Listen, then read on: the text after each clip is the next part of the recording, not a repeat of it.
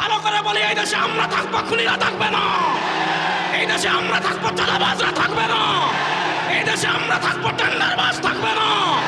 2024-এর জুলাই আগস্টের গণবিপ্লবের পর আর কোন খুনি, চাঁদাবাজ, টেন্ডারবাজ, দর্শকদেরকে রাষ্ট্র ক্ষমতায় দেখতে চাই না। ইসলামকে রাষ্ট্র ক্ষমতায় নেওয়ার জন্য প্রস্তুত আছেন না?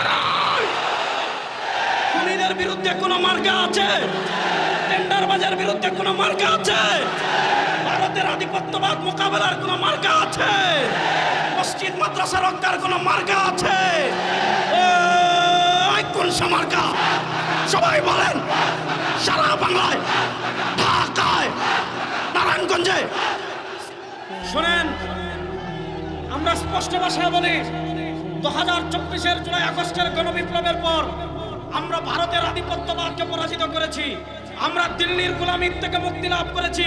কিন্তু ভালো করে মনে রাখবেন, আমরা দিল্লির গোলামি থেকে মুক্তি লাভ করেছি, কিন্তু আমেরিকার গোলামি করব না। আপনারা কি শুরু করেছেন?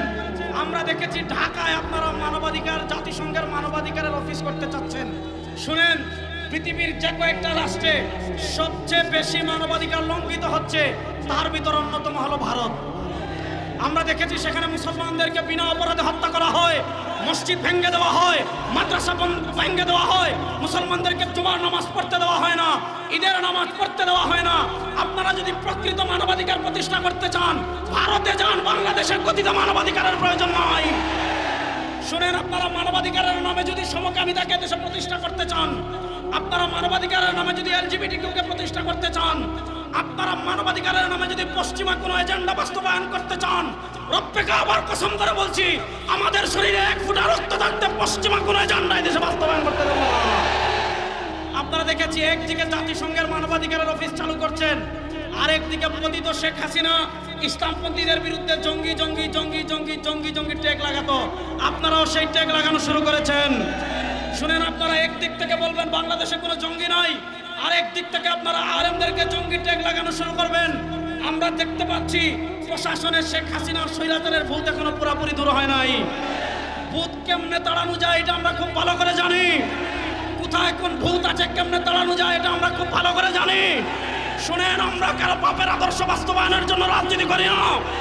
আমরা ধর্মনিরপেক্ষতা প্রতিষ্ঠার জন্য রাজনীতি করি না। আমরা জাতীয়তাবাদ প্রতিষ্ঠা করার জন্য রাজনীতি করি না। আমরা রাজনীতি করি আল্লাহর জমিনে আল্লাহর দিনকে বিজয় করার জন্য। সুতরাং জেল জুলুমের পরোয়া কখনো করিনি, এখনো করবো না ইনশাআল্লাহ। বাংলাদেশে ইসলামকে বিজয় করা পর্যন্ত এই মিশনকেও থামাতে পারবে না। সর্বশেষ কথা বলি, পীর সাহেব চরমোনাই ঘোষণা দিয়েছেন, ইসলাম দেশ ও মানবতার পক্ষে। এইবার ভোটের বাক্স একটা হবে ইনশাআল্লাহ। ইসলাম দেশ ও মানবতার পক্ষে, ইসলামের পক্ষে যাকে পেশ করা হবে, ইসলাম দেশ ও মানবতার পক্ষে যাকে পেশ করা হবে। এই দেশে বিএনপিকেও দেখেছেন, আওয়ামী লীগকেও দেখেছেন, জাতীয়তাবাদকেও দেখেছেন। আমার নারায়ণগঞ্জের প্রিয় জেনজি, আমার নারায়ণগঞ্জের প্রিয় তারুণ্য এবার ইসলামকে রাষ্ট্র ক্ষমতায় দেখার জন্য প্রস্তুত আছেন না ইনশাআল্লাহ? আর কোন চাঁদাবাজকে আমরা এই দেশের রাষ্ট্র ক্ষমতায় দেখতে চাই? আর কোন টেন্ডারবাজকে দেশের রাষ্ট্র ক্ষমতায় দেখতে চাই? আর কোন খুনিকে এই দেশের রাষ্ট্র ক্ষমতায় দেখতে চাই? এবার আমি একটা স্লোগান দিব, তন্ত্রমন্ত্র সব বাদ। আপনারা বলবেন ইসলাম জিন্দাবাদ। তন্ত্রমন্ত্র সব বাদ, তন্ত্রমন্ত্র সব বাদ, তন্ত্রমন্ত্র সব বাদ। ইসলাম জিন্দাবাদ, তন্ত্রমন্ত্র সব বাদ, ইসলাম জিন্দাবাদ। কোন মার্কা আছে? জোরে বলেন না সবাই, কোন মার্কা আছে? ইসলামের পক্ষের কোন মার্কা আছে? দাদাবাজির বিরুদ্ধে কোন মার্কা আছে? খুনিদের বিরুদ্ধে কোন মার্কা আছে? টেন্ডারবাজের বিরুদ্ধে কোন মার্কা আছে?